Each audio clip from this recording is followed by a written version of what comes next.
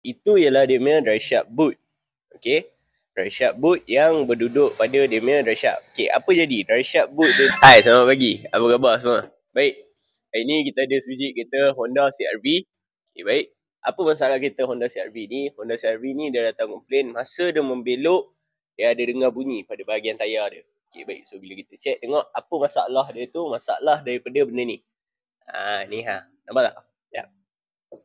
Nampak tak? Apa benda macam tu? Okey, itu ialah dia punya drive shaft boot. Okey. Drive shaft boot yang berduduk pada dia punya drive shaft. Okey, apa jadi? Drive shaft boot dia ni dah pecah. Okey, so grease yang ada dekat dalam bahagian drive shaft tu semua dah keluar. Baik. So bila grease tu semua dah keluar, air, pasir semua pun dah masuk dekat dalam bahagian drive shaft dia ni. Bearing CV joint drive shaft tu pun dah rosak. Okey, so bila membelok dia akan menghasilkan bunyi. Baik. So, macam mana kita nak selesaikan masalah ni? Jalan penyelesaian dia ialah tukar skuter drive shaft yang baru. Baik. So, ini drive shaft dia yang lama yang kita dah siap buka dah. Okey, nampak?